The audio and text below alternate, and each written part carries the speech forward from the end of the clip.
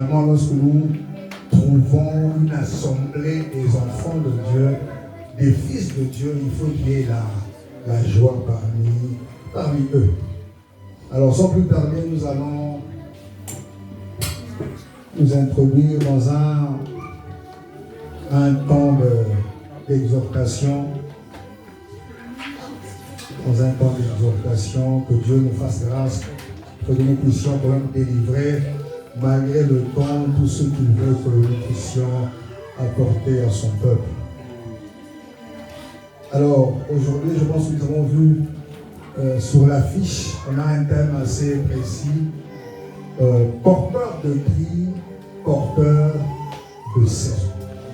Porteur de cris, porteur de saison. À première vue, on n'arrive pas à déceler qu'est-ce que le berger va apporter comme exhortation avec ce thème, mais j'aimerais te rassurer que ce thème va te bénir. Parce que tu peux dire à ton voisin, ce thème va te bénir. Je suis intimement convaincu que ce n'est pas pour rien que nous allons parler de ce thème. Si Dieu a mis cela dans nos cœurs, c'est parce qu'il veut visiter son peuple. Amen. Amen. Et je suis persuadé qu'il s'apprête à faire quelque chose de différent pour toi. Amen. Il s'apprête à t'accorder une bénédiction particulière. Mais j'aimerais que tu puisses quand même être attentif. Être attentif.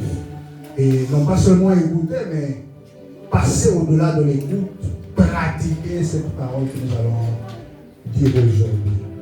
Je disais tantôt, notre thème, c'est porteur de cris et porteur de saison. Donc avant d'aller loin, j'aimerais que nous puissions quand même lire un passage. C'est justement le passage de base que nous allons exploiter cet après-midi. Ça se trouve dans 1 Samuel, chapitre 1. Est-ce que tu peux prendre ta Bible là où tu es? 1 Samuel, chapitre 1. La lecture est assez longue, on va lire petit à petit. On va commencer du premier chapitre, du premier verset pardon, jusqu'au 18e, voire même plus. Nous lisons au nom puissant de Jésus, 1 Samuel 1, le verset 1, on va descendre par la suite. Je dis ceci, il y avait un homme de Ramataïm, Sophim, de la montagne d'Ephraïm, nommé Elkana, fils de Jéroham, fils d'Élu, fils de Tohu, fils de Touf, et fils Ephratien. Il avait deux femmes dont l'une s'appelait Anne et l'autre Pénina. Pénina avait des enfants, mais Anne n'en avait point. Chaque année, cet homme montait de sa ville à Silo pour se prosterner devant l'Éternel des armées et pour lui offrir des sacrifices. Là se trouvaient les deux fils d'Éli, Ophni et Phiné, sacrificateurs de l'Éternel. Verset 4. Le jour où Elkana offrait son sacrifice, il donnait des portions à Pénina, sa femme, et à tous les fils et à toutes les filles qu'il avait d'elle. Mais il donnait à Anne une portion double, car il aimait Anne que l'Éternel avait rendue stérile. Verset 6. Sa rivale lui prodiguait les mortifications pour la porter à s'irriter de ce que l'Éternel l'avait rendu stérile. Et toutes les années, il en était ainsi. Chaque fois qu'Anne montait à la maison de l'Éternel, Pénina la mortifiait de la même manière. Alors elle pleurait et ne mangeait plus. Elkana, son mari, lui disait, Anne, pourquoi pleures-tu et ne manges-tu pas? Pourquoi ton cœur est-il attristé? Est-ce que je ne vaux pas pour toi mieux que 10 fils? Anne se leva, après qu'on eut mangé et bu à Silo. Le sacrificateur Éli était assis sur un siège près de l'un des poteaux du temple de l'Éternel. Le verset 10, je sais que c'est long, mais prenons notre mal en patience. Le verset 10. Et l'amertume dans l'âme, elle pria l'Éternel et versa des pleurs. Elle fit un vœu en disant, Éternel des armées, si tu daignes regarder l'affliction de ta servante, si tu te souviens de moi et n'oublie point ta servante, et si tu donnes à ta servante un enfant mâle, je le consacrerai à l'Éternel pour tous les jours de sa vie, et le rasoir ne passera point sur sa tête.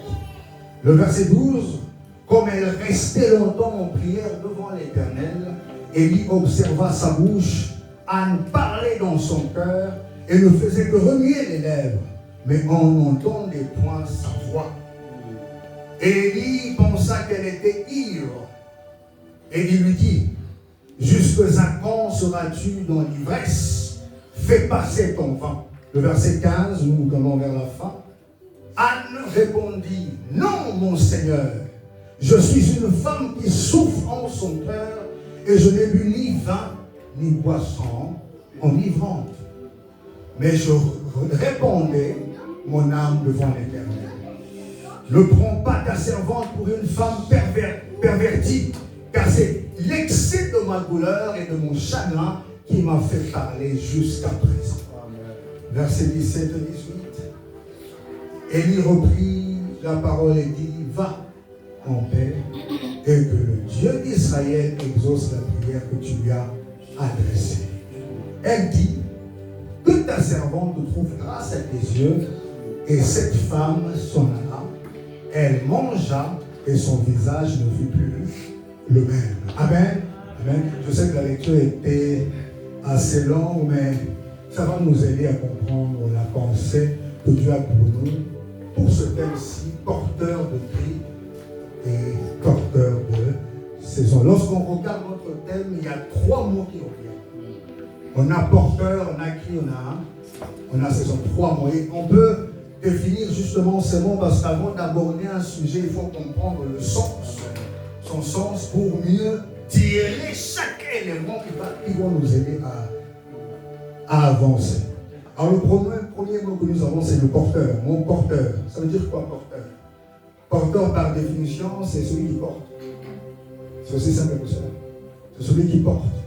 Le mot porteur a plusieurs sens, mais en voici 3 qui nous offrent la langue française. Quand on dit porteur, c'est une personne chargée de remettre des lettres, des messages et des colis. Lorsqu'on dit porteur, on fait allusion à une personne dont le métier est de porter des fardeaux. Et lorsqu'on dit porteur encore, ça c'est ce qui m'intéresse beaucoup, qui entraîne, c'est celui qui entraîne des effets importants. Voilà ce que la langue française nous apporte comme définition de porteur. Il n'y a pas que porteur dans notre thème, il y a aussi le mot cri. On dit porteur de cri, porteur de saison. Il y a aussi le mot cri. Ça veut dire quoi? Nous connaissons tous, c'est facile pour nous. Mais j'aimerais qu'on le définisse pour que nous puissions avoir la pensée que Dieu a pour nous aujourd'hui dans ce thème. C'est quoi le cri? Le cri désigne un son perçant, émis dans la plupart des cas par la voix. C'est ça le cri. Dans la plupart des cas. Pourquoi dans la plupart des cas? C'est parce que nous avons quelques expressions aussi qui ne mentionnent pas forcément un son perçant, mais qui peut être traduit, certaines expressions qui peuvent être traduites par des cris. On a des cris de cœur, par exemple. Un cœur n'a pas de voix audible, mais on peut avoir des cris de cœur. Vous comprenez? Lorsqu'on dit un cri, c'est un son perçant dans la plupart des cas, mais il peut y avoir des temps où on peut pousser un cri sans qu'il y ait un bruit qui s'entend. Par là, je souhaite que l'on comprenne que le cri peut être audible comme non. Il y a des cris qui sont audibles. Mais il y a des cris qui sont internes aussi, qui ne sont pas audibles. Même si tu ne cries pas par ta voix, mais à l'intérieur, il y a un cri qui monte. Vous savez, dans la langue française, on a l'expression des cris de cœur. C'est possible. Et pour finir, nous avons la saison. C'est quoi une saison? Une saison, c'est une période, un moment, un temps de l'année caractérisé par des conditions climatiques particulières. Une saison, si on veut faire court, c'est juste un temps, une période. Donc, porteur de cri, porteur de saison peut vouloir dire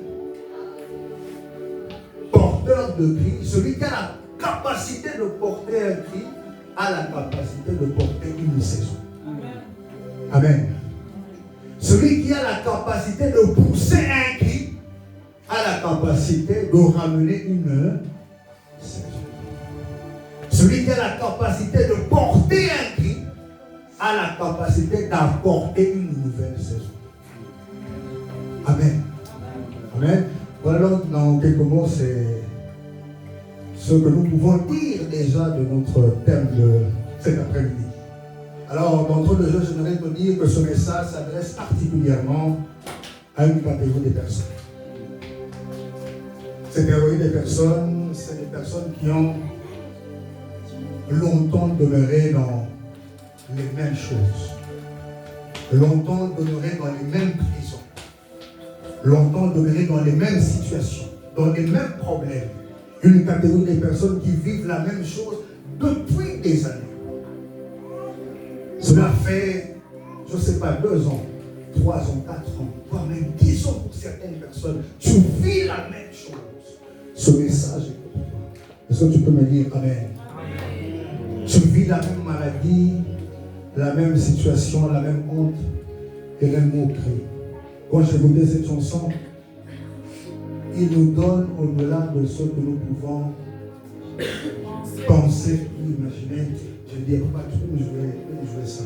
Il nous donne au-delà. Mais on va voir avec cette femme, pour qu'il donne au-delà, il faut qu'il y ait quelque chose. Amen. Je disais tantôt, ce message s'adresse à une certaine catégorie de personnes. Peut-être une année, c'est une durée aussi. Mais particulièrement pour des personnes, ça fait longtemps. La même chose, la même maladie, ça a traîné. La même situation, la même honte qui a traîné. C'est pour toi. Alors lorsque nous prenons notre passage de 1 Samuel, verset 1, en lisant le premier livre de Samuel, chapitre 1, nous découvrons l'histoire d'un homme qui s'appelle Elkanah. Et dans sa présentation à restitution, l'homme de Dieu Samuel présente la famille de Elkanah et n'omet pas de citer ces 2 femmes. Amen. J'aime beaucoup la précision de la Bible. Donc si la Bible veut se taire sur certaines choses, il le fait. Mais si la Bible définit certaines choses, c'est parce qu'il veut que nous prenions des exemples et que nous puissions comprendre que ce qui s'est passé pour cette personne-là, c'est possible pour nous. Amen. Amen. Ce n'est pas pour rien que nous avons ce livre dans la Bible. Et lorsqu'on regarde la famille de cet homme Elkanah, on voit 2 femmes. Cet homme avait 2 femmes, Pénina et Anne. On apprend par Samuel que Pénina était une femme féconde qui avait des enfants. On ne nous cite pas le nombre de ses enfants, mais on précise qu'elle avait des fils et des filles. On ne peut pas dire que Pénina avait qu'un fils ou une fille. Non, elle avait des fils et des filles. Et lorsqu'on regarde du côté de Anne, la 2e femme qu'on cite de Elkanah, la Bible ne se tait pas non plus sur sa situation et sa réalité. Son état est bien exprimé par Samuel, qui transcrit dans son livre qu'Anne n'avait point d'enfant. Il va plus loin en disant qu'elle était stérile. On ne garde pas l'information, on ne cache pas l'information. Le verset 2 le dit, il avait 2 femmes, dont l'une s'appelait Anne et l'autre Pénina.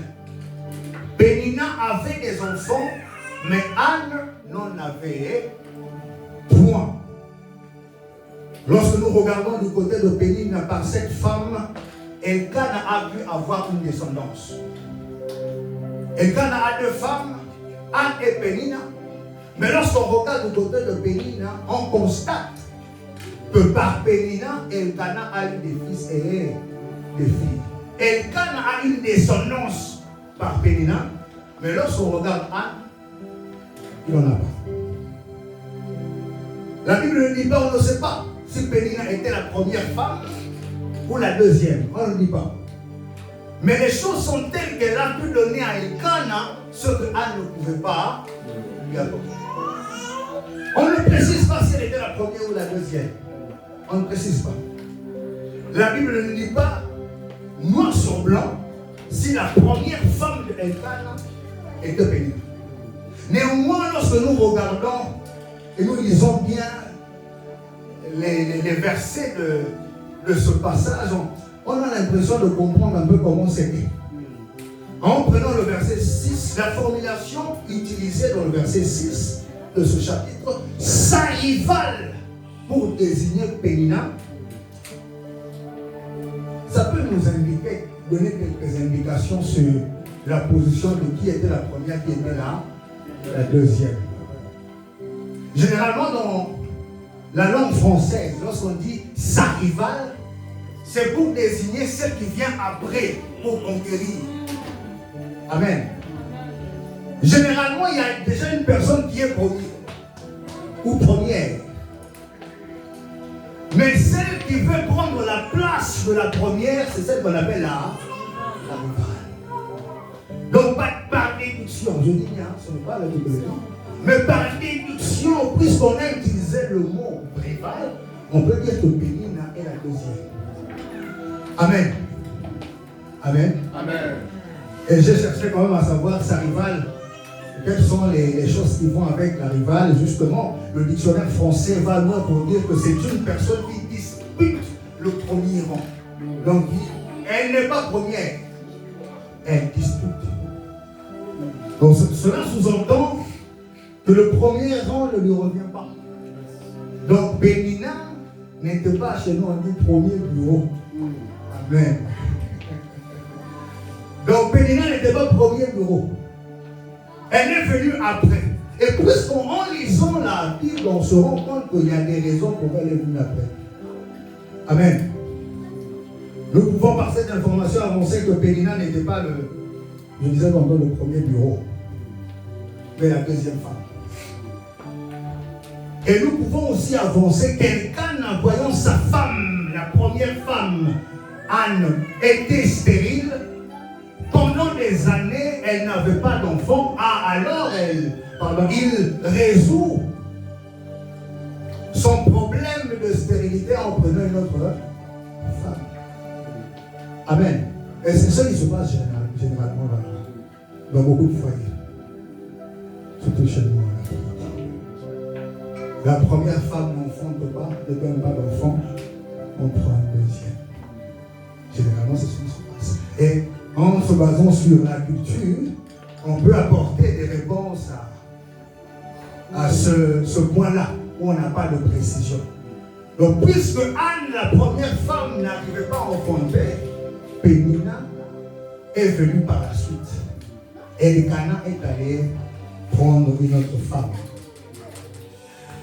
Et bon, je peux, entre guillemets, le comprendre. Il voulait peut-être jouer avec son petit champion. Il a vu ses frères, ses amis avoir des enfants. Il dit, mais moi je n'ai pas de champion. Il était peut-être très riche. Parce que lorsqu'on regarde, tous les ans, il donnait en abondance des portions. Jusqu'à donner à sa femme la double portion. Peut-être qu'il était riche. Il est peut-être riche et voulait avoir un héritier. Celui qui pouvait, après lui, garder ce qu'il a bâti et construit. Mais avec Anne, il n'arrive pas à avoir un héritier. Donc, il cherche une Pénina. Alors, Pénina vient par la suite et répond aux attentes des cadres. Mais sa bien-aimée Anne n'affronte toujours pas. Lorsqu'on lit ce livre, on a bien la précision. Pénina avait des fils et des filles, mais Anne n'en avait point. C'est peut-être ton cas aujourd'hui. Depuis que tu es dans ce mariage, depuis que tu as commencé ce business, il n'y a rien qui marche. Tu t'es bien lancé, tu as bien commencé, mais depuis que tu t'es lancé dans cette entreprise-là, dans cet entrepreneuriat, il n'y a rien qui marche. Les autres qui viennent après toi réussissent, des Pénines. Mais lorsqu'on te regarde, toi, tu as commencé avant Pénine, mais il n'y a pas de réussite. Il n'y a pas de réussite. Tu es dans une bonne terre, tu es bien entouré, tu as tout pour réussir, mais ça fait des années que tu ne réussis pas. Tu as remarqué peut-être que tu as l'impression que tu es devenu infructueux. Malgré toutes les choses que tu fais, toutes les méthodes que tu utilises, ça n'avance pas. Mais les personnes qui viennent après toi, avec le même marché, avec la même vision, avec le même conseil, ils réussissent. Amen. Et même certaines choses, certains statuts que tu avais, tu les as perdus. Pourquoi? Parce que tu n'arrives pas à enfanter quand tu commences les choses. Toi qui étais la première, parce que tu n'arrives pas à enfanter, il y a quelqu'un qui vient. Amen. Amen.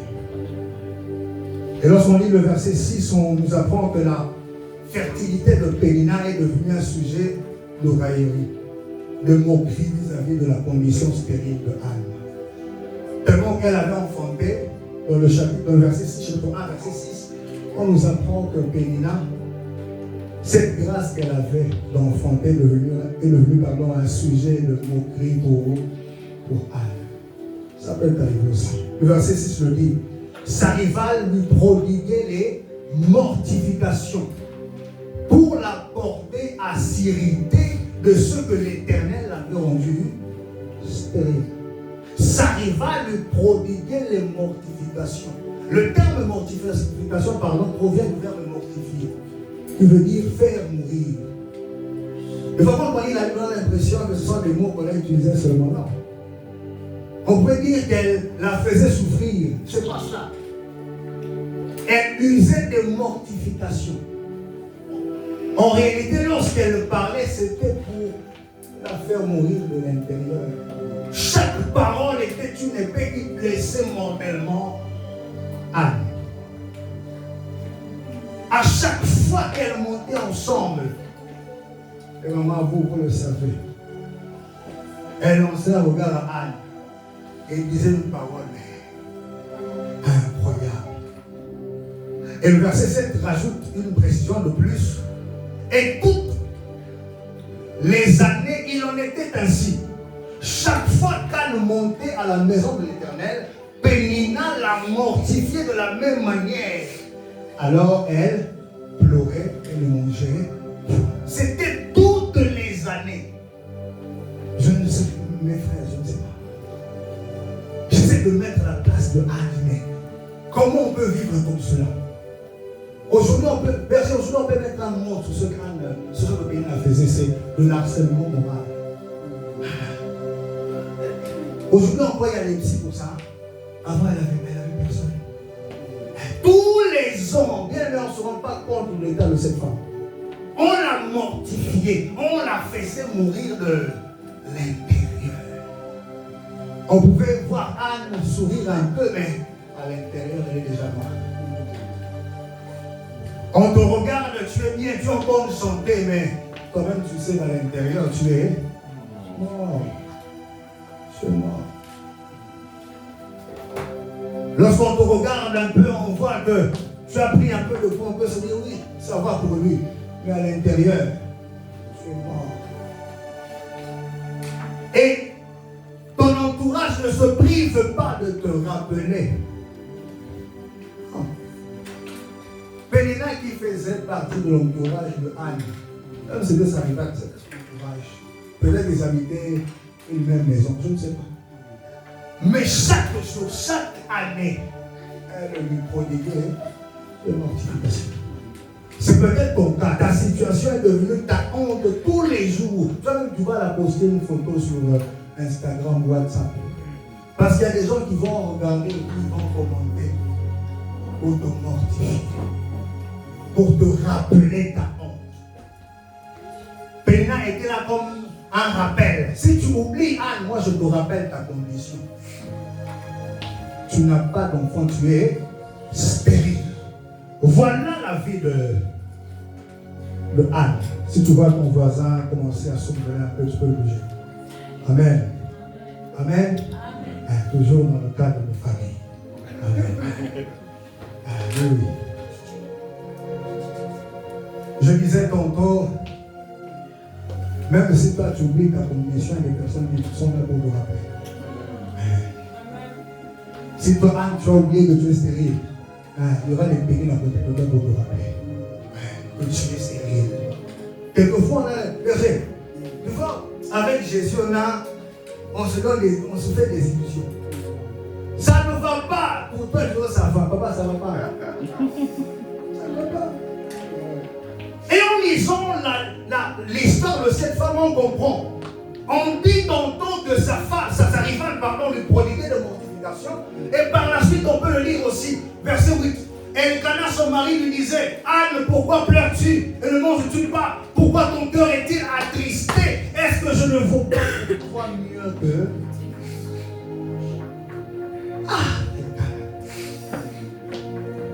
Donc moi je souffre. Pénina me rappelle que je n'ai pas d'enfant. Toi tu me dis, toi j'ai un fils. Tu dis ça parce que tu as des enfants avec elle. Ah bah oui. Ah bah oui. Tu dis ça parce que tu as des enfants avec elle. Papa, il y a des temps où il y a des consolations, il ne faut pas écouter. Tu souffres, ça fait des années que tu souffres, on vient te consoler. Papa, il faut laisser ça. Tu dis ça parce que tu as des papiers. Mais tu dis ça, non, il y a des consolations, papa, tu as des papiers, tu vis bien, tu as une maison, moi j'en ai pas. Tu viens me consoler. Papa, il faut laisser ça. Oui. Toutes les années, tu vois Pénine à me mortifier, et toutes les années, tu me dis, je ne veux pas. Mais pas dire au moins Pénine qu'elle arrête. Mais pourquoi elle a fait ça? C'est son mari, non? Mais je connais l'homme Abraham.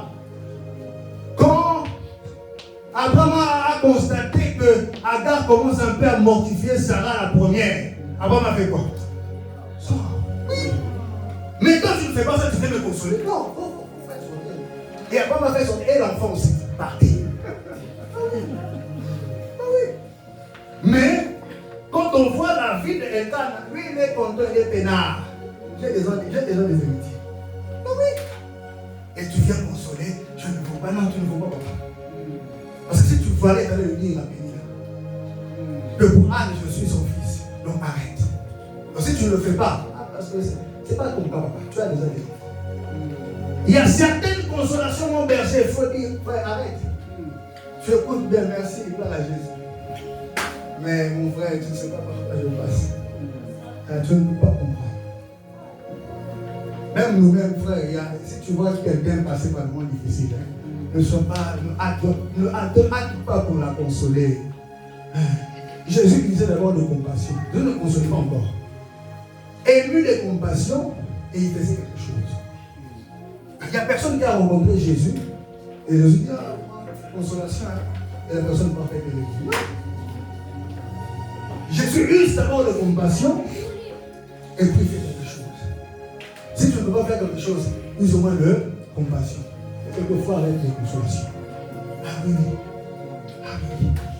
Chaque année, on précise, tous les ans c'était comme ça. Chaque année. Elkana veut bien faire rassurer Anne. Je ne dis papa, tu ne suis pas ce que moi je suis. Tu ne sais pas vivre ce que moi je vis. Tu n'as aucune idée de ce que je traverse.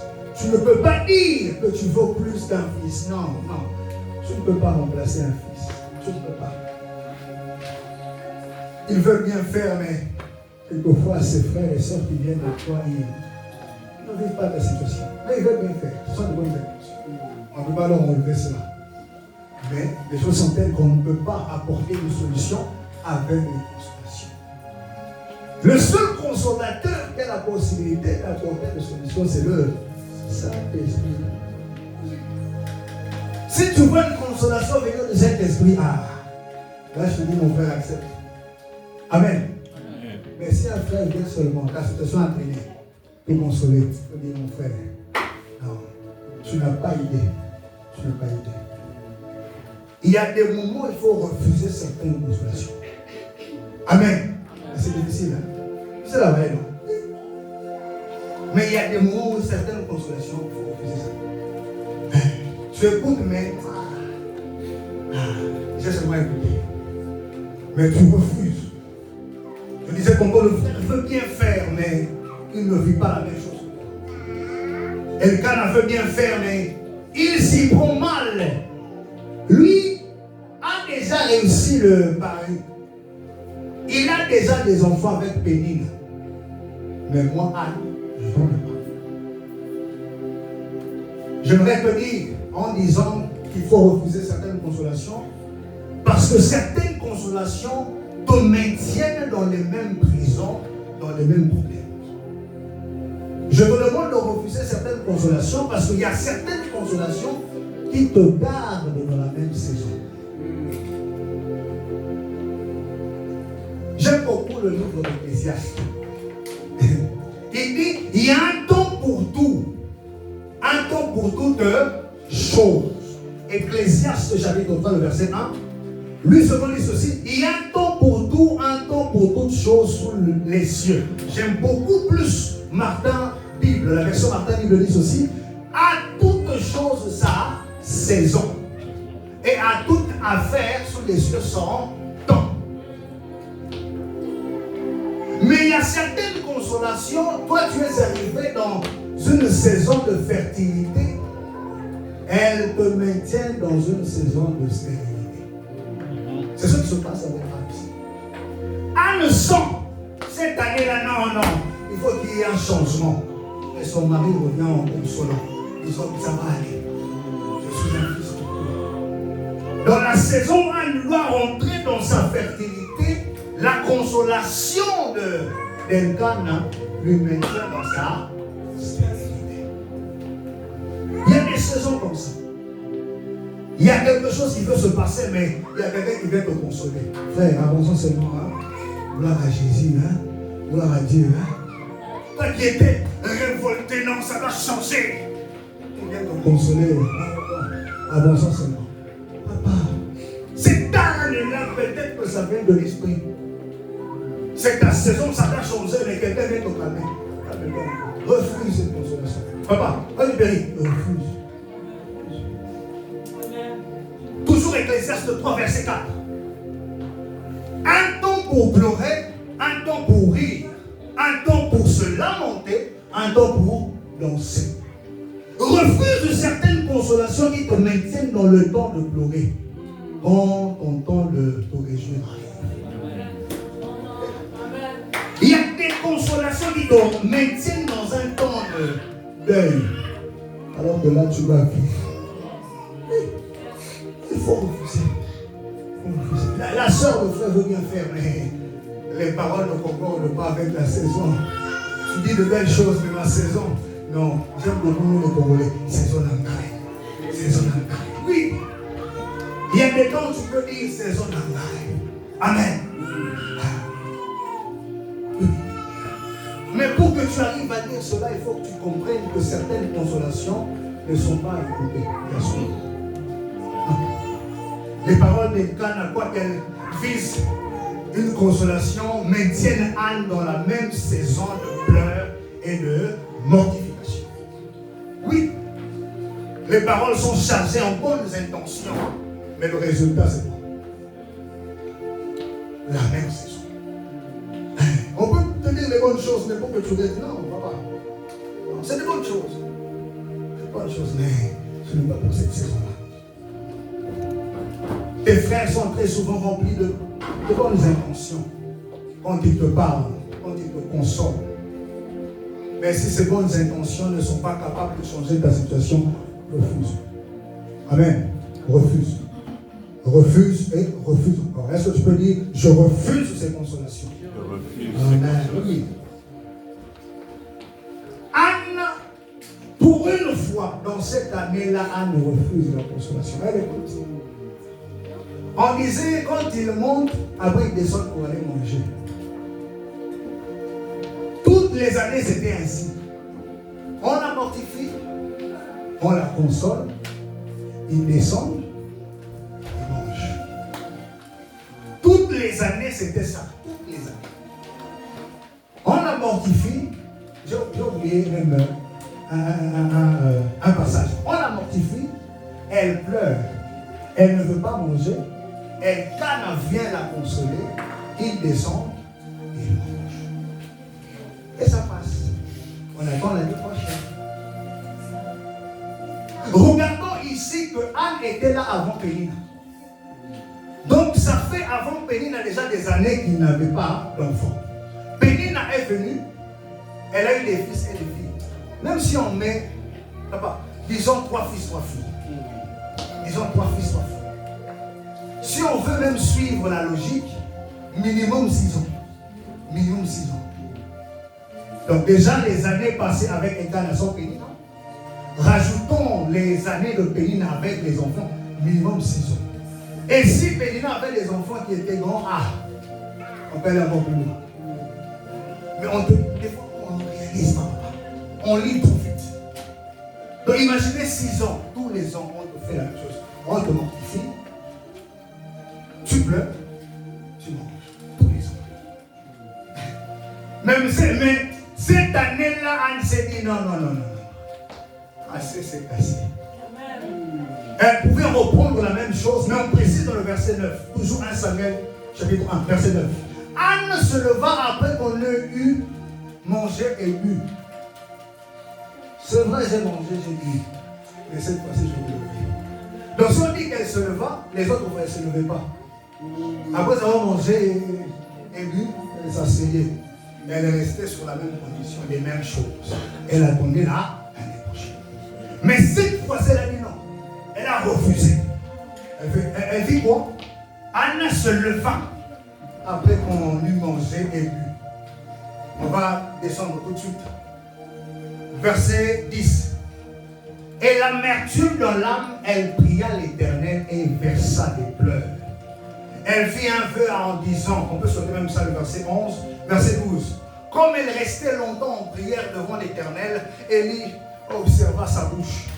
Anne parlait dans son cœur et ne faisait que remuer les lèvres, mais on n'entendait pas sa voix. Élie pensa qu'elle était ivre. Verset 14. Et lui dit, jusque à quand seras-tu dans l'ivresse? Fais passer ton vin. Verset 15. Anne répondit, non mon Seigneur, je suis une femme qui souffre en son cœur et je n'ai bu ni vin ni boisson enivrante, mais je répondais mon âme devant l'Éternel. Ne prends pas ta servante pour une femme pervertie, car c'est l'excès de ma douleur et de mon chagrin qui m'a fait parler jusqu'à présent. Samuel nous a appris que toutes les années, Pénine a mortifié Anne. Mais cette année-là, alors que toutes les années, elle descendait manger et restait, elle fait quoi? Elle s'élève. Quand elle a compris que la consolation d'Elkana, bien que remplie de bonnes intentions, n'apportait pas d'enfant, elle a changé d'attitude. Remplie de bonnes intentions, mais ça n'apporte rien. Elle change d'attitude. Celle qui restait s'est levée et montée à nouveau. Celle qui restait a pris une nouvelle décision. Après avoir compris que sa situation ne changera qu'après l'obtention d'un fils, elle doit changer d'attitude. Elle doit changer d'attitude. Verset 9. Anne se leva après que l'on eut mangé et bu à Silo. Verset 10. Et l'amertume dans l'âme, elle pria l'Éternel et versa des pleurs. Anne a compris que pleurer devant Pénina, ça n'apportait pas de solution. Elle a changé de méthode. Elle est allée pleurer dans une autre direction. Celle qui pleurait à chaque fois qu'on l'a mortifiée, elle dit non. Je n'adresse pas mes pleurs à la bonne personne. Prise de conscience, non. C'est pas elle que je dois adresser mes pleurs. Cette année-là, qu'est-ce qu'elle fait? Elle change de direction. Celle qui pleurait devant Pénina a refusé cette fois-ci de pleurer devant Pénina. Elle est allée faire quoi? Verset 10. L'amertume dans l'âme, elle pria l'Éternel et versa des pleurs. Pour que sa situation change, il faut quelque chose d'elle. Elle a compris. Non, pleurer devant Pénina et écouter les consolations d'Elkana, ça ne change rien. Elle a changé de méthode. L'amertume dans l'âme, elle pria l'Éternel et versa des pleurs. Mon frère, ma soeur, pour ce cas-là, tu as tellement pleuré auprès des personnes qui t'entourent. Tu as tellement pleuré auprès de tes frères. Tu as tellement demandé auprès d'eux. Cette fois-ci, tourne pas vers Dieu. Tourne pas vers Dieu. Tu as tellement pleuré. Oh, tu es devenu pleureur. Dans la famille, on sait. Quand tu appelles, il y a des personnes qui ne veulent même pas te répondre. Parce qu'ils savent que quand tu appelles, pleureur, pleureuse. Mais même nous aussi, on ne peut pas. On connaît quelqu'un qui nous appelle du pays. On a du mal à répondre. Parce qu'on sait, on va me demander ici. Oui. Maintenant, pour Anne, elle a compris que je peux pleurer devant ces gens-là. J'ai quelqu'un à qui je peux pleurer. Une chose va se passer. Qu'est-ce qu'il fait cette fois-ci-là? La Bible dit ceci. Verset 10 me disait, et l'amertume dans l'âme, elle pria l'Éternel et versa des pleurs. Verset 12. Comme elle restait longtemps en prière devant l'Éternel, Élie l'observa sa bouche, pardon. Anne parlait dans son cœur et ne faisait que remuer les lèvres, mais on n'entendait point sa voix. Élie pensa qu'elle était ivre. Et lui dit, jusqu'à quand seras-tu dans l'ivresse? Fais passer ton vin. Papa, pour qu'on arrive à cette condition-là, je ne pense pas que c'est seulement parler. Pour arriver à ne plus sortir la voix, tu dis, on n'entend plus. Tu dis que tu as tellement crié et parlé que tu es arrivé. La prière de Anne était particulière. On ne peut pas perdre la voix simplement en parlant beaucoup. Très souvent, ce sont les cris qui nous font perdre la voix.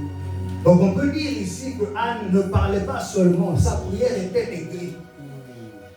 Était écrit.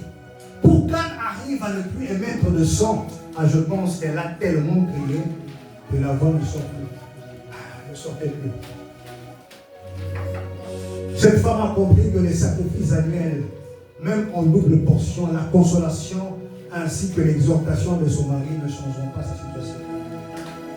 Cette année-là, elle a pris une décision d'aller passer son temps à crier devant Dieu. Alors elle s'est présentée à l'Éternel pour porter des cris. Elle était dans une saison d'infertilité, de stérilité. Elle a compris que pour que sa situation change, il faut qu'elle porte un cri. Il faut qu'elle porte une prière. Lorsqu'on dit porteur de cri, on dit porteur de cri. Je vais te dire aussi, c'est porteur de prière. Amen. Celui qui se rend compte que sa situation, ça ne va pas. Assez, c'est assez. Il porte un cri. Il s'adresse à l'Éternel. C'est ce que Anne fait. Anne a dit assez, c'est assez. Et on précise même que lorsque le serviteur de Dieu le regarde, il dit elle est ivre ou quoi? Qu'est-ce qui se passe ici? Bien aimé, on te voit même comme un fou à l'église. Vous ne me connaissez pas. Vous ne connaissez pas mon histoire. Vous n'avez aucune idée sur ma situation. Laissez-moi être fou, paraître fou devant vous. Mais devant Dieu, je ne suis pas fou. Je le vois. Je connais ma situation. Il sait pourquoi je pleure. Il sait pourquoi je suis dans cette situation-là. Il sait. Il sait. Même si ton frère ne comprend pas, bien aimé, sois un fou pour lui. Pour Dieu, tu n'es pas un fou. Quand on te qualifie comme Anne, tu as bu, oui, dis que j'ai bu. Mais Dieu voit, je suis enivré de l'esprit. Amen. Voilà la monotonie de sa situation. Anne a porté un pied vers l'Éternel. Je rejoins encore Ecclésiaste qui dit, il y a une saison pour toutes choses. Elle en avait marre de sa saison de stérilité. Elle a dit non, il faut que ça change. Et pour que ça change, elle a compris qu'il faut porter un cri. Un cri. Un cri devant celui qui peut changer. Celui qui est le maître des temps et des circonstances. La saison est un temps d'une période. Donc je vais faire le maître des temps et des circonstances. Celle qui ne restait que sur la consolation de son mari a changé d'avis. Non, je dois chercher celui qui a la possibilité de changer les temps et les circonstances. Celui qui maîtrise les saisons. Pour que sa saison de fertilité arrive, elle a pris une décision, porter un cri vers l'Éternel. Verset 17-18. Élie reprit la parole et dit, va en paix.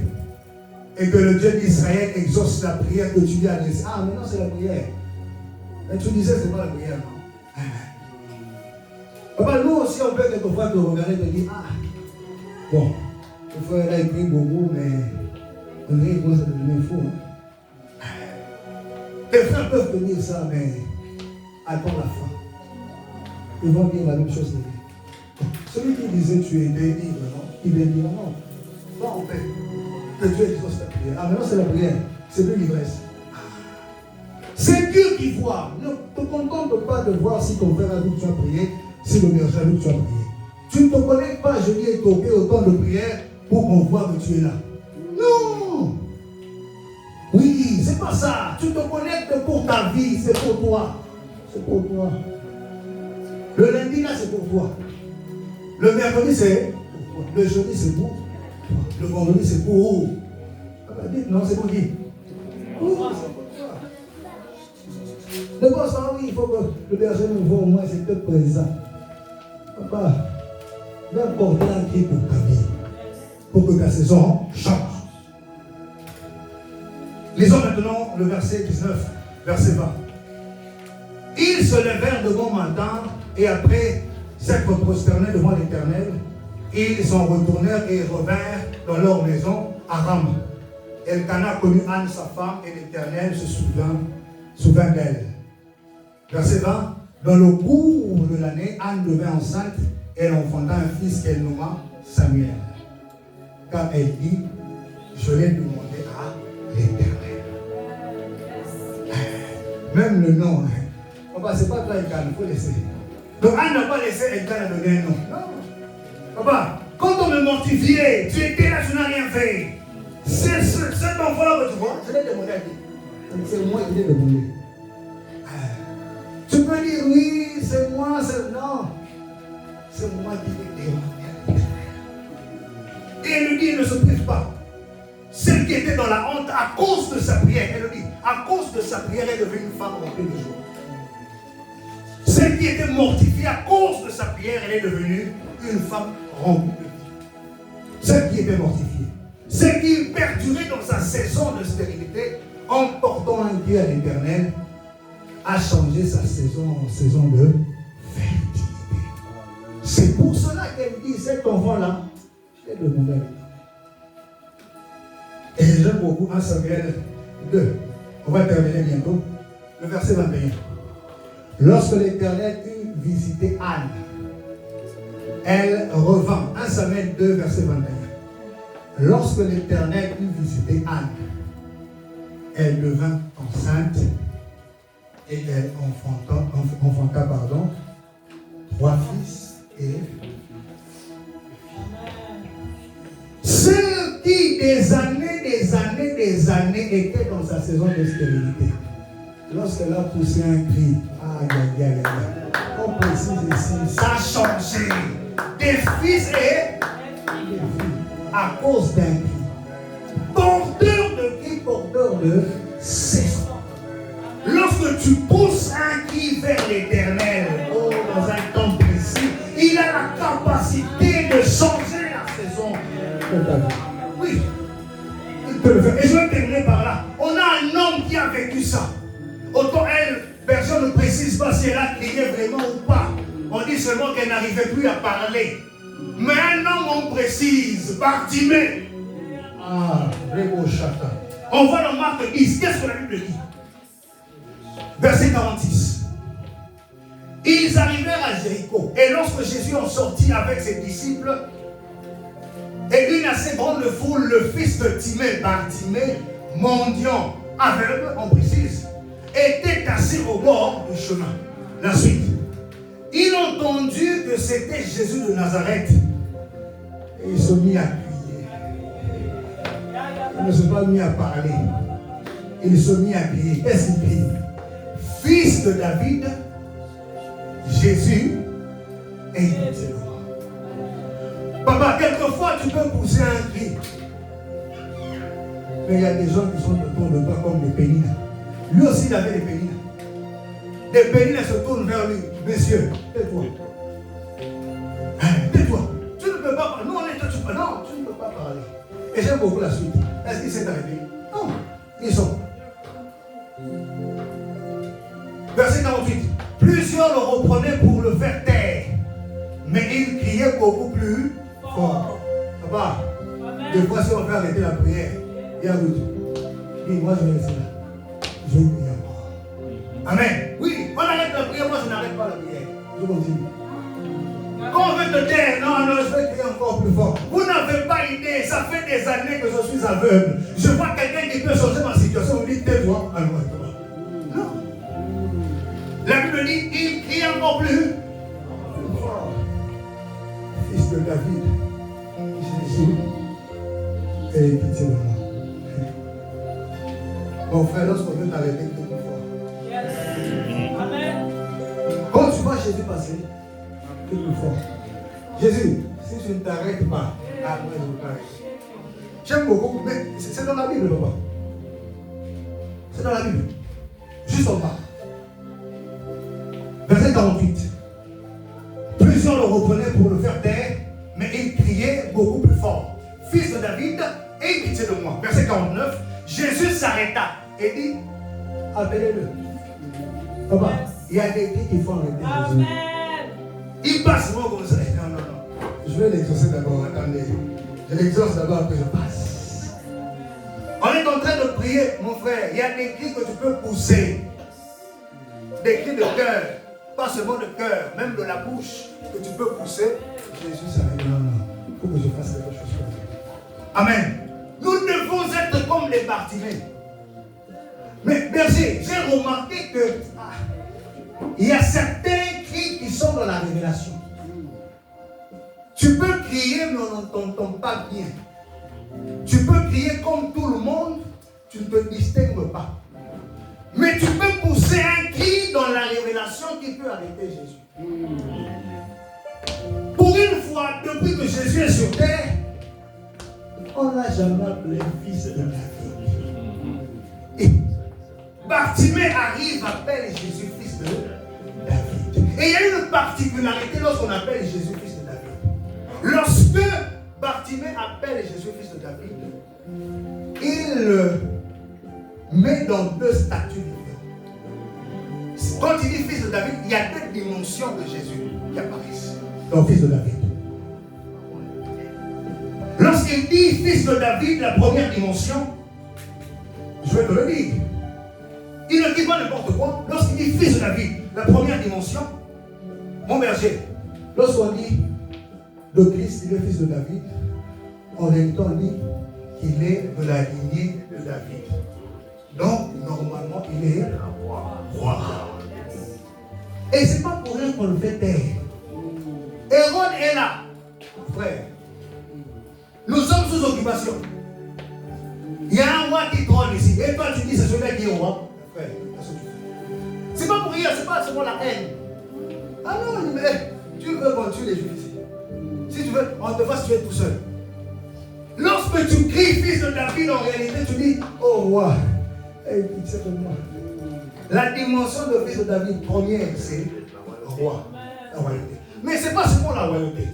La plus forte dimension est la deuxième. Je vais m'arrêter là. La deuxième dimension, lorsqu'on appelle Jésus fils de David, c'est qu'on le met dans sa posture de berger. De berger. Et c'est David qui le dit, nous sommes avec toi. L'Éternel est mon berger, je ne manquerai de rien. Mais pas seulement David, papa. Lui-même, Jésus, il arrive, il le dit dans Jean 10, verset 10. Qu'est-ce qu'il dit? Partie des secondes. Moi, je suis venu, pourquoi? Afin que les brebis aient la vie en abondance. Non pas seulement la vie, je le relis encore. Moi, je suis venu afin que les brebis aient la vie et qu'elles soient dans la abondance. Mais lui, il a remarqué, je n'ai pas la vie en abondance. Ma cécité me fait défaut. Donc je me tourne vers le bon berger. En disant, fils de David, berger, on va t'abonder. Je ne suis pas en abondance. Écoute. Amen, c'est pour moi le Seigneur. Voilà la deuxième dimension. La dimension de roi qui écoute celui qui a pu enlever mes Méphibosheth dans le débat. C'est celui qui peut m'enlever aussi moi dans ma situation. La première dimension. La deuxième dimension, il est bon berger. Donc lorsque sa brebis ne va pas bien, il va prendre son bâton et sa boulette. berger Jésus, prends ton bâton et ta houlette. Mais pour qu'il écoute, il faut que tu fasses quoi? Tu pousses un cri. C'est en poussant un cri que la saison de la cécité a cessé. Porteur de cri, porteur de saison. Mais quand tu remarques que la chose a tellement duré, porte un cri vers l'Éternel.